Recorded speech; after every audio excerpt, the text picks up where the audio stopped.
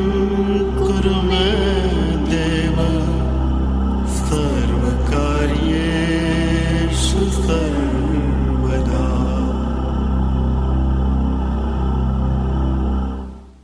The Bhagavad Gita is a book of mankind's collected experience of and answers to life's most basic questions. Who I am, from where do I come, what is my purpose and destiny, and most practically, how do I find happiness? These podcasts originate in the lectures of Neil Bhatt, a disciple of Swami Chinmayananda. They are presented here in 20 to 30-minute segments, each covering 3 of the Gita's 701 verses. Welcome to Gita Wisdom for Daily Living.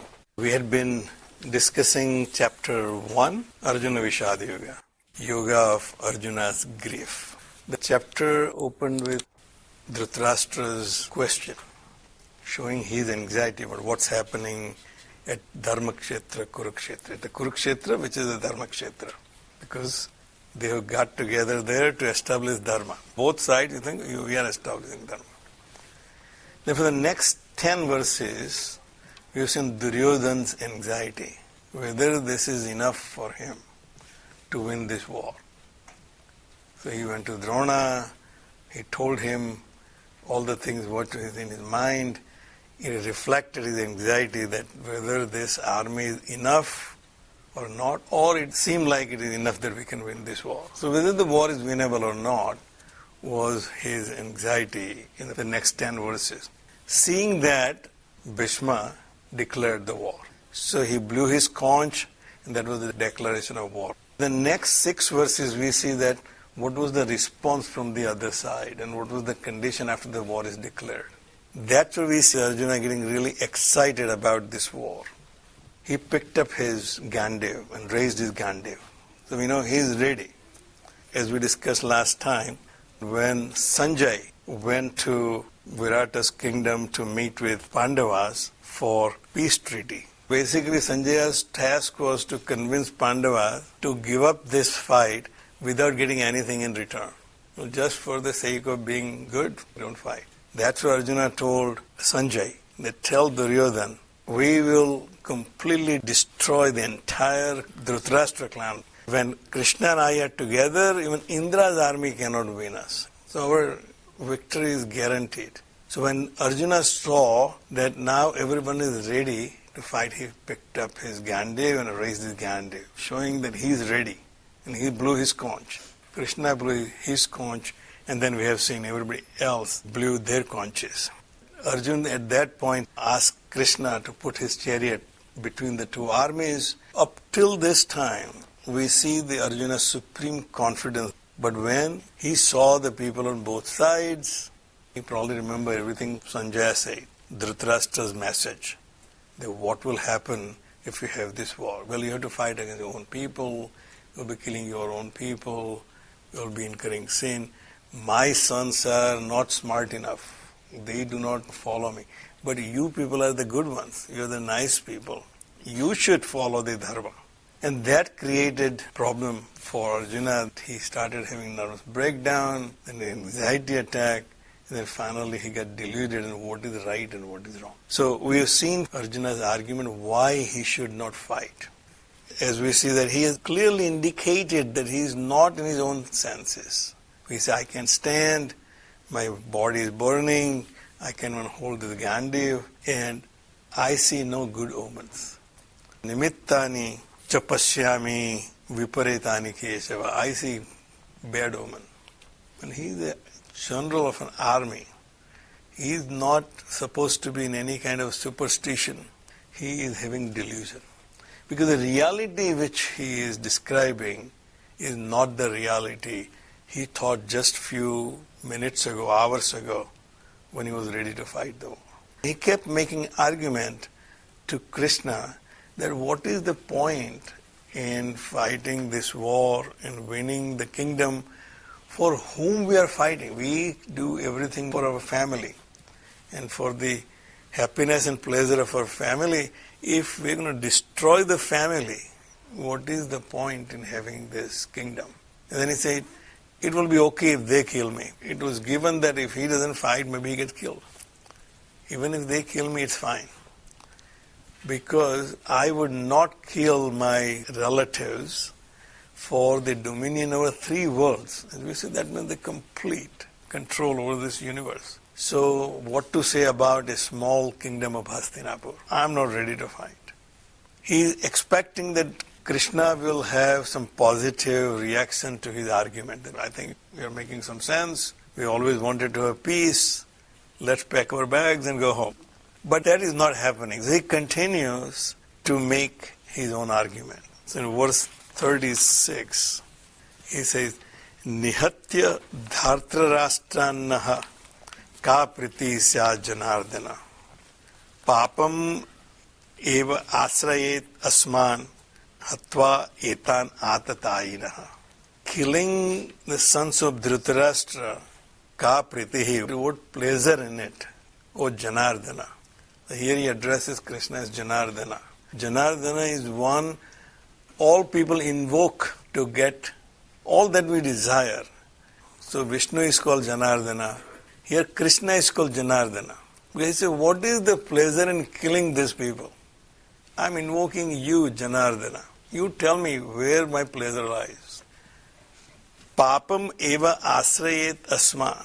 That we will only be committing sins by hatva etan atatayinaha, by killing these criminals. So he is not of the opinion that this war is bad because both sides have something to think about.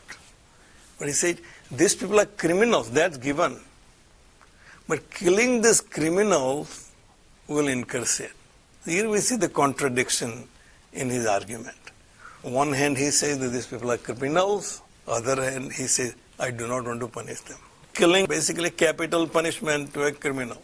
You may argue about capital punishment, but if that is a legitimate punishment for a crime, and you know that crime is committed, and then you still let people go. Just like the Kentucky governor. He gave pardon to 400 people, including some of the worst criminals. Now, is that a good precedent for rest of the states in the country? That you can convict a criminal, put him in jail, and then pardon him? Or out of compassion. Okay, well, he committed crime, but we are not like him. Why should we punish him? Give him free ride. Can a society function like that? The answer is obviously no. If there is no law enforcement, the laws mean nothing. We know that, right? If I'm driving on 64 to go to Charlottesville from here, and I use that example because I do that all the time. That's because 64 from Richmond to Charlottesville is a pretty quiet road. You typically don't encounter much traffic. And when you are sure that nobody is there to catch you, you don't even remember what the speed limit is. You are just in a hurry to get there. So you're driving about an 85 miles an hour till you see the car in front of you kind of slows down and then get to about 70. You realize there's something different here. So you also slow down. Then the guy behind you slows down because somebody spotted a cop. Because there is a fear that if I violate the law of this country or the state, the cop will catch me and I'll be punished. If all cops were like Arjuna and said, well, that's okay, please continue, obviously there won't be any law. Laws will have no meaning. Without law enforcer, the law has no meaning. Once you have determined that person is a criminal, it becomes a moral duty to punish him. And as Bible says, not to punish a person, but punish his criminal act. You are punishing his criminal act. Here Arjuna is contradicting himself. He said, these people are criminals. And they are worthy of capital punishment. And Swamiji gives us some background why that is so. Swamiji quotes Manusmriti here. Then Manusmriti in chapter 8, verse 350 and 351 says that whether a person is an acharya or an old man or even a Veda-knowing Brahmin, these are all considered great sin if you kill a person of this stature. But if he is determined to be a criminal, he should be killed right away. That's what Manusmriti says. Okay? If he comes in front as an atatai, he should be killed on the spot without a thought. There is no sin involved in killing a felon. Manusmriti was the law of the land at the time. And now he says that we should let these people go. So we see that that's a contradiction in his thinking. On one hand, he was trained as a soldier and a prince to maintain the law and order in the society. That's the job of a person who is in charge. Now he's saying that it's okay because they are my relatives, my cousins, my teachers, my maternal uncles. Therefore it is okay. His argument is not that these acts are not criminal or these people are okay, worthy of Shama, but his argument was because they are my relatives. So if all the laws in the countries are governed that way because they are related to the people who are in charge, that they should be allowed to be working in whatever manner they want to work in the society. Therefore, Bhagavan doesn't say anything here. He keeps quiet. And Arjuna then continues his argument. Tasmat. In the verse before, he defined sin that if you let go your own relative, it's okay. If you punish your own relative of his crime, then it's a sin. So he completely distorted the definition of sin as accepted by the Shastras and by that society. Now he is coming to the conclusion. Tasmat na arha vayam hantum dhartarashtran swabandhavan swajanam hi katham hatva sukinaha syama madhava. Verse before he addressed Krishna as Janardana. I'm invoking you for my own peace and pleasure and finding a right situation for me. O Janardana. Now he says, I've come to the conclusion. So, O Madhava. Madhava means who is very attractive and very sweet. He is not very harsh. Like my granddaughter says, Dada, you are always nice. Because I don't scold her.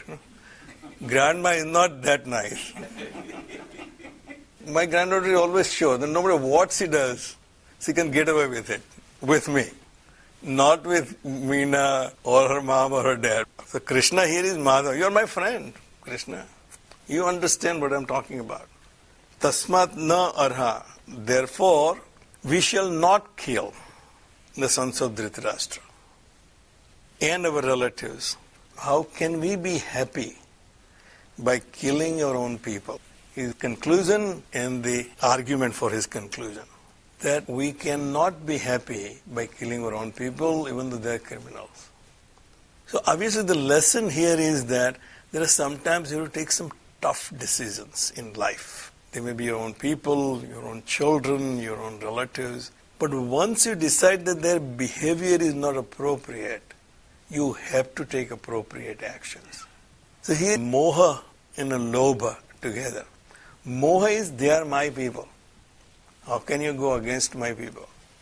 That's why there are party line votes. One party sees the same truth as very compelling, another party says, I don't see any truth here. Why? Because of moha. I have to be loyal to my party, loyal to my people, no matter what the action is. Says swajanam hi katham hatva sukhinha syam madhavaha, because it would be only painful to punish our own people. Therefore, I am not ready to kill them. Not because it is the right thing to do, but because they are my relatives and killing them will not give me any pleasure. So I am not greedy about preserving my pleasure, my mental happiness. So in both cases, the lobha and moha, we are after pleasure. Result of moha is pleasure. When I meet somebody whom I really love and like, I have pleasure. My granddaughter comes to me, there's pleasure there, there's moha. Lobha is, if she can be there all the time, or at least when I am available. They're lobha, they're greed. I want to maintain that pleasure as long as I can. By not killing them, I'll maintain my pleasure. That I will not feel guilty about it. Yadi epete na pasyanti lobo aphat chetasaha kulakshaya krutam dosham mitradohe cha patakam. Though these with their intelligence clouded by greed see no evil in the destruction of the families and the society, and no sin in the cruelty of friends. He's actually admitting that these people are doing exactly what I think is a sin. But I am better than them. So he's putting himself on a pedestal saying, these people are not recognizing that killing people and their relatives is a sin. But I know that it's a sin. So he defined his sin by himself, then now applying it to them. That they are doing it, but I don't want to be like them. I'm better than them. Therefore I don't want to fight the battle. If there are other people who are not my relatives, I would have killed them. I wouldn't have any doubt whatsoever. But here he says, because their intelligence is clouded, they are ready to kill their own relatives and incur sin. But we are not like that. Katham na gneyam asmabihi papa etad asmin vartitum kulakshayam krutam dosam praprasyat bhi janardana. Why should not we, who clearly see evil in the destruction of the family units, so he is assuming that Krishna is on his side now. He has bought his argument because he says, Madhav, we understand, right? We are on this side.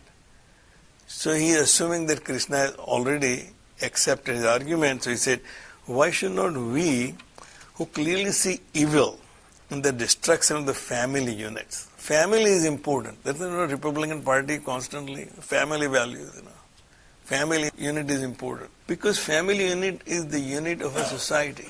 Society is made up of families, and as long as family unit is healthy and happy, society is happy and healthy. You take that unit and destroy it, the society does not remain intact. So he said, we know that. We know how the society functions. By destroying families, we'll be destroying society. Therefore, let's agree that we're going to go away from here and not fight this battle. We'll stop right here. Om Sarve Bhavantu Sukhina Sarve Santu Niramayaha Sarve Bhadrani Pashyantu Ma Kaschid Dukkha Bhag Bhave. Om Shantihi Shantihi Shantihi. Harihi Om. Shri Gurubhyo Namaha. Harihi Om.